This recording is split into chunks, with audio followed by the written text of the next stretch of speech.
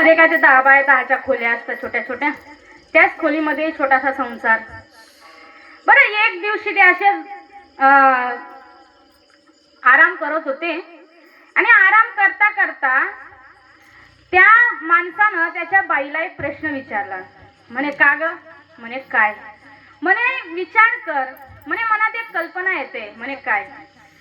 जर भगवंताच्या कृपेने आपल्याला जर एखादं बाळ झालं, एवढी एवढी खोली म्हणे, त्या बाळाला आपण कुठं झोपवायचं? ती म्हणे त्यात काय एवढी, सरका म्हणे बाजूला.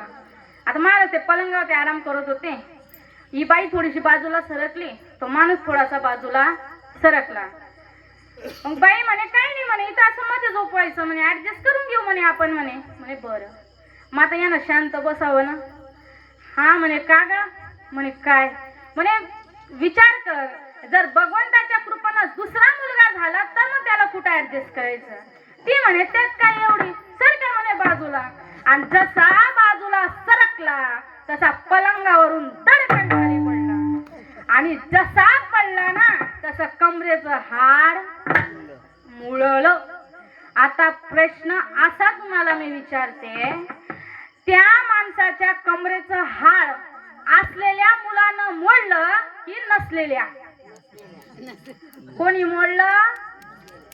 आता मला सांगा, जर नसलेले मुलं कमरेचं हाड मोडता, असलेलं काय काय मोडता? जाण अनुभव होईल, त्याला चांगलंच माहिती होईल.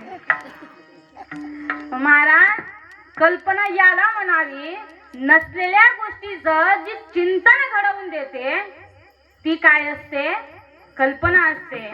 आणि अशी कल्पनाची बाधा नको व्हावी म्हणून नामदेवराय देवाला म्हणतात की कल्पनेची बाधा न हो कवने काढी. आणि ही संत मंडळी सुखी असो. जर कल्पनाची बाधा जर यांना झाली नाही ना, तरी संत मंडळी काय असेल? सुखी असेल. मग देव म्हटले की नामा एवढंच का अजून काही? पण नामदेवराय म्हणतात देवा, एका वेळेला कल्पनेची बाधा जी असते ना ती दूर करता येते म्हणे, पण जर एका गोष्टीचा वारा जर लागला ना म्हणे माणसाच्या अंगाला, तर माणूस मृत्युमुखी जातो. डायरेक्ट कुठं जातो? मृत्यूच्या मुखी जातो. आणि तो वारा जर माणसाला लागला तर माणूस कशात